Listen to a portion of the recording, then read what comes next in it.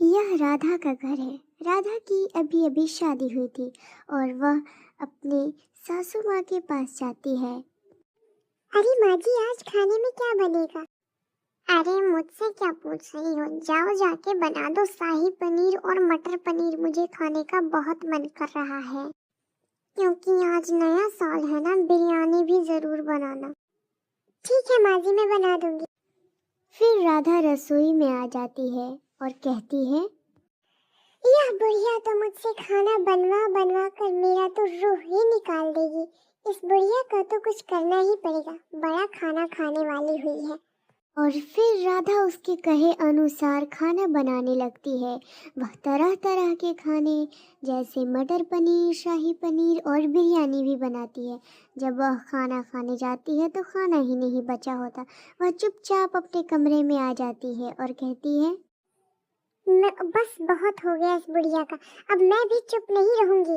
अब मैं कल इस बुढ़िया को बताऊंगी कि मैं हूँ क्या। पूरा खाना खा जा रही है, पता नहीं पेट है या खेत।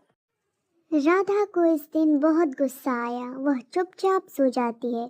सुबह हो जाती है, धूप निकल जाता पर वो नहीं उठती। सास आती है और कहती है, अरे उठ जा या सोई ही रहेगी? मैंने सुबह से कुछ भी नहीं खाया, मुझे बहुत भूख लगा है। जा मेरे लिए कुछ नाश्ता बना दे।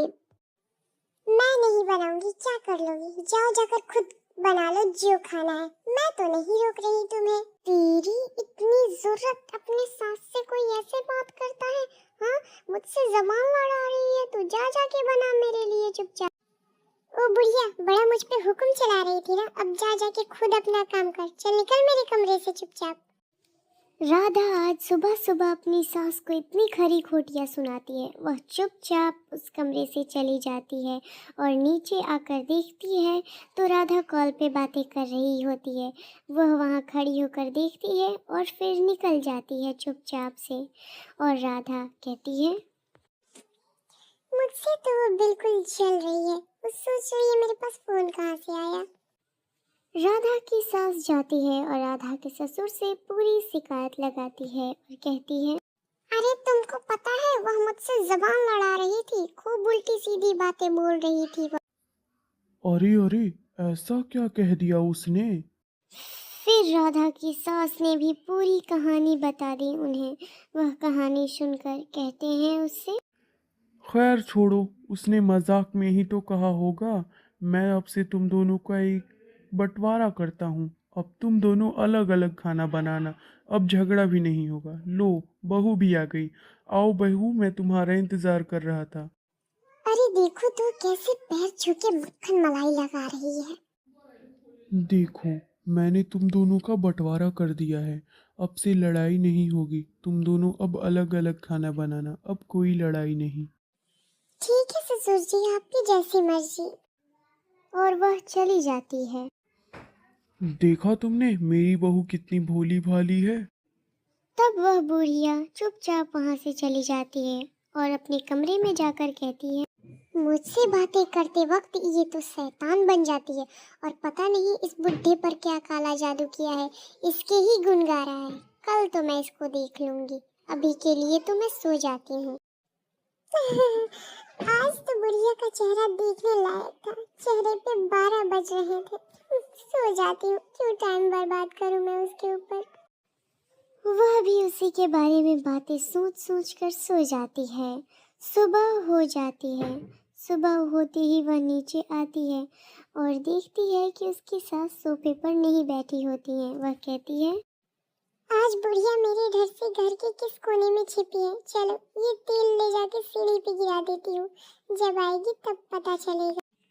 ऐसा सोचकर वह सीढ़ी पर चढ़ जाती है। वह ऊपर तक चढ़ती है और फिर ऊपर से तेल गिराते हुए नीचे की तरफ आ जाती है और तेल गिराकर चुपचाप से एकदम जैसे कुछ किया ही ना हो ऐसे बैठ जाती है। थोड़ी देर में जो होना था वो हुआ। उसकी सास आई और उस तेल पर जैसे ही उन्होंने कदम रखा, वह बिछलती बिछलती नीचे धड़ाम से गिर गई और उनकी हड्डियां टूट गई। उन्हें हॉस्पिटल में फटाक से ट्रांसफ़र किया गया और जब वह ठीक होकर कुछ हफ्तों बाद घर आई, इसका तो बहुत हो गया, इसने तो मुझे बहुत ही सताया है, इसने ही तेल गिराया था, अब बताती हूँ मैं इसे।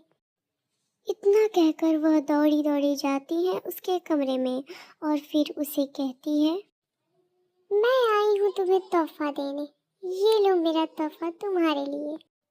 और वह उसे एक लात मारती है। वह गुस्से से घुर्राती है और दम है तो आगे बढ़, गोली से उड़ा दूंगी, गिरोगी धड़ाम दे।